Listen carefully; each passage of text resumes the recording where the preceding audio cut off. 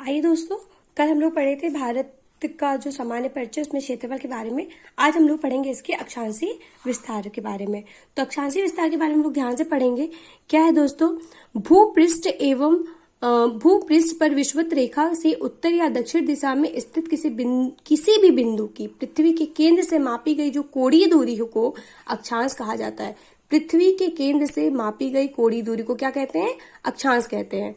ठीक है। अक्षांश रेखाएं वह काल्पनिक रेखाएं होती हैं जो पृथ्वी के चारों ओर पूर्व से पश्चिम दिशा में विषुवत रेखा के समानांतर खींची जाती है। मतलब ये देखिए, ये जो है हमारी क्या है? ये हमारी अक्षांश रेखाएं हैं। पूर्व से कहाँ पे खींची जा रही है? पश्चिम दिशा में विषुवत रेखी खींची जा रही है। ठीक है। अक्षांश में को अंशों, मिनटों और सेकेंडों में दर्शाया जाता है। पृथ्वी को दो बराबर भागों में बांटने वाले 0 डिग्री अक्षांश को भूमध्य रेखा कहते हैं। जो इसका जो दो बराबर भाग में, ये उत्तरी हमारा गोलार्ध हो गया, ये हमारा दक्षिणी गोलार्ध है। दो बराबर भाग में जो बांट रहा है उसे हम लोग भूमध्य रेखा कहते हैं। ठीक है। आगे कहते हैं विषुवत वृत्त या भूमध्य रेखा, मतलब भूमध्य रेखा को विषुवत वृत्त भी बोलते हैं, कि उत्तरी भाग को उत्तरी गोलार्ध और दक्षिणी भाग को दक्षिणी गोलार्ध कहते हैं। भूमध्य रेखा के उत्तर में स्थित अक्षांश रेखाओं को उत्तरी अक्षांश रेखाएं तथा भूमध्य रेखा के दक्षिण में स्थित अक्षांश रेखाओं को दक्षिणी अक्षांश रेखाएं कहते हैं। देखिए, ये हमारा क्या है? ये हमारा भूमध्य रेखा है। भूमध्य रेखा के जो उत्तर में स्थित है वो हमारा उत्तरी गोलार्ध, जो दक्षिण में है वो दक्षिणी गोलार्ध। जो उत्तर में जितनी अक्षांश रेखाएं उसको उत्तरी अक्षांश रेखाएं, और दक्षिण में जितनी अक्षांश रेखाएं हैं उसको दक्षिण अक्षांश रेखाएं कहलाते हैं। ये यहाँ से 90 होती हैं और यहाँ से 90 होती है। इसको हम टोटल कह सकते हैं 180 प्लस 1, 180 प्लस 1। ठीक है। आगे बढ़ते हैं। ये हमारी क्या है? अक्षांश रेखाएं पढ़ ली हम लोग। यदि अक्षांश रेखाओं को 1 डिग्री के अंतराल पर खींचा जाए तो उत्तरी गोलार्ध में 89 अक्षांश रेखाएं तथा दक्षिणी गोलार्ध में 89 अक्षांश रेखाएं। अगर हम लोग पोल को, ध्रुव को नहीं लेते हैं तो। ठीक है। इस प्रकार विषुवत वृत्त को लेकर अक्षांश रेखाओं की कुल संख्या 179, 179, ठीक है, 89 प्लस 89 प्लस 1, ठीक है, होगी। किन्हीं दो समांतर अक्षांश रेखाओं के मध्य की दूरी 111 किलोमीटर होती है। भूपृष्ठ देखिए यहाँ पे क्या है? ये जो यहाँ पे 90वां जो होता है ये उत्तरी ध्रुव और दक्षिणी ध्रुव होता है। कभी कभी ये एग्जाम में लेके पूछा जाता है, कभी कभी नहीं लेके पूछा जाता है। तो ये ध्यान रखेंगे हम, अगर उसको लेके पूछ रहा है कभी तो फिर हम लोग उसको जोड़ेंगे, मतलब ये 90 प्लस 90 हो जाएगा। और नहीं है, अगर नॉर्मल पूछ रहा है तो हम इसे कह सकते हैं 179। ठीक है। आगे बढ़ते हैं। भूपृष्ठ पर उत्तरी ध्रुव एवं दक्षिणी ध्रुव को मिलाने वाली काल्पनिक रेखा जो पृथ्वी को दो बराबर भागों में बांटती है को प्रधान यामोत्तर रेखा कहते हैं। जो पृथ्वी को दो बराबर भागों में बांट रही है, ये देख रहे हैं? ठीक है। इसको प्रधान यामोत्तर रेखा कहते हैं, जिसे ग्रीनविच मीन टाइम कहा जाता है। ठीक है। यह रेखा लंदन के ग्रीनविच शहर से गुजरती है।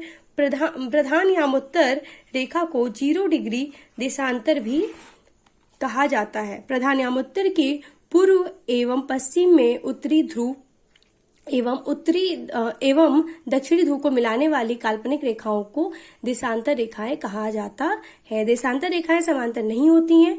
ध्रुवों से विषुवत रेखा की ओर बढ़ने पर देशांतर रेखाओं के मध्य की दूरी बढ़ती जाती है। विषुवत रेखा पर देशांतर रेखाओं के बीच अधिकतम 111.33 किलोमीटर दूरी होती है। ये क्वेश्चन हमेशा पूछता है।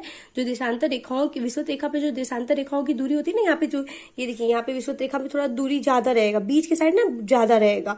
ठीक है। तो वो हमारा क्या होगा? वहां पे 111.33 किलोमीटर होता है। ठीक है। अब जैसे जैसे हम पोल की तरफ जाएंगे, ध्रुव की तरफ जाएंगे, तो वैसे वैसे उनके बीच की दूरी क्या होगी? कम होती जा रही है। देखिए, तो जैसे हम लोग ध्रुव की तरफ जा रहे हैं वैसे उनकी दूरी क्या हो जाएगी? कम होती चली जाएगी। ठीक है। तो विषुवत रेखा पे सबसे ज्यादा होगी, क्या होगी? 111.33 किलोमीटर। ठीक है। भारत पूर्णतः उत्तरी गोलार्ध में स्थित है। पूरी की पूरी तरीके से उत्तरी वाला गोलार्ध जो है ना, मतलब ये अगर मेरा पृथ्वी है, पृथ्वी के जो उत्तरी गोलार्ध है उसमें वो स्थित है। ठीक है। आगे बढ़ते हैं हम लोग। संपूर्ण भारत का अक्षांशीय विस्तार 6 डिग्री 45 मिनट उत्तरी अक्षांश से 37 डिग्री 6 मिनट उत्तरी अक्षांश के मध्य है। इसकी मुख्य भूमि 8 डिग्री 4 मिनट उत्तरी अक्षांश से 37 डिग्री 6 मिनट उत्तरी अक्षांश एवं 68 डिग्री 7 मिनट पूर्वी देशांतर से 97 डिग्री 4 मिनट पूर्वी देशांतर के मध्य फैली हुई है। उष्णकटिबंधीय क्षेत्र का विस्तार 23 डिग्री 30 मिनट उत्तरी एवं दक्षिणी अक्षांशों के मध्य है। मतलब ये देख रहे हैं, ये जो यहाँ पे ना, यहाँ से 23 डिग्री 30 मिनट कह सकते हैं, 6 मिनट यहाँ से लेके 23 डिग्री 6 मिनट हमारा दक्षिणी में देख लेंगे तो ये पूरा हमारा उष्णकटिबंधीय क्षेत्र आएगा। ठीक है, आगे हम लोग पढ़ते हैं। अतः भारत का विस्तार उष्ण एवं उपोष्ण दोनों कटिबंधों में है। ठीक है, ध्यात्व है कि निम्न अक्षांश 0 डिग्री से उच्च अक्षांश 90 डिग्री की ओर जाने पर दिन और रात की अवधि में अंतर आता है। मतलब अगर अक्षांश में हम 0 डिग्री से 90 डिग्री जाएंगे तो दिन और रात में हमें अंतर आएगा। उत्तरी गोलार्ध में अक्षांश का प्रभाव दक्षिण से उत्तर की ओर दिन और रात की अवधि पर पड़ता है। क्वेश्चन पूछा है, भारत विस्तृत है। भारत विस्तृत है तो सही से आंसर इसमें से कुछ नहीं दिया है, तो हम लोग इसमें कहेंगे ना, उसका उत्तरी पूर्वी गोलार्ध अगर देखें तो 8 डिग्री 4 मिनट उत्तर और 37 डिग्री 4 मिनट उत्तरी अक्षांशों तथा 68 डिग्री 4 मिनट पूर्व से लेके 97 डिग्री 4 मिनट पूर्वी देशांतरों के मध्य इसका है। ठीक है, कर्क रेखा भारत के लगभग बीचों बीच से होकर गुजरती है। स्पष्ट है कि कोई विकल्प इसमें से सही नहीं होगा। सिक्किम से गुजरने वाला अक्षांश निम्नलिखित में से किस एक से भी होकर गुजरता है? तो जो सिक्किम से गुजरने वाला जो अक्षांश होगा वो राजस्थान से भी होकर गुजरेगा। ठीक है, ये चीज दिया हुआ है। सिक्किम से जो होकर अक्षांश अगर गुजरेगा तो देखिए बराबर बराबर जाएगा ना। ऐसे अगर देखेंगे तो भारत का अगर देखिए हम देख रहे हैं यहाँ पर, तो ये हमारा सिक्किम है। कहाँ गया सिक्किम? सिक्किम तो ये ऊपर की तरफ से अगर जाएगा, इधर सिक्किम हमारा ऊपर पड़ेगा, तो सिक्किम से अगर ऊपर से होके जाएगा तो ये कहाँ जाएगा? इधर लगभग राजस्थान से भी होकर जाएगा। ठीक है, आगे बात करते हैं हम लोग। जिस जिले में 70 डिग्री पूर्वी देशांतर रेखा गुजरती है, 70 डिग्री देशांतर रेखा कहाँ पे गुजरेगी? तो ये हमारा है 70 डिग्री पूर्वांतर जो देशांतर रेखा जो है वो जैसलमेर से होकर गुजरती है। ठीक है, आगे बढ़ते हैं।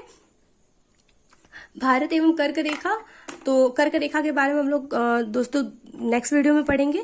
ये इतना आज के लिए काफी है। चलती है, कल मिलते हैं नेक्स्ट वीडियो में। तब तक के लिए बाय बाय, टाटा, फिर मिलते हैं।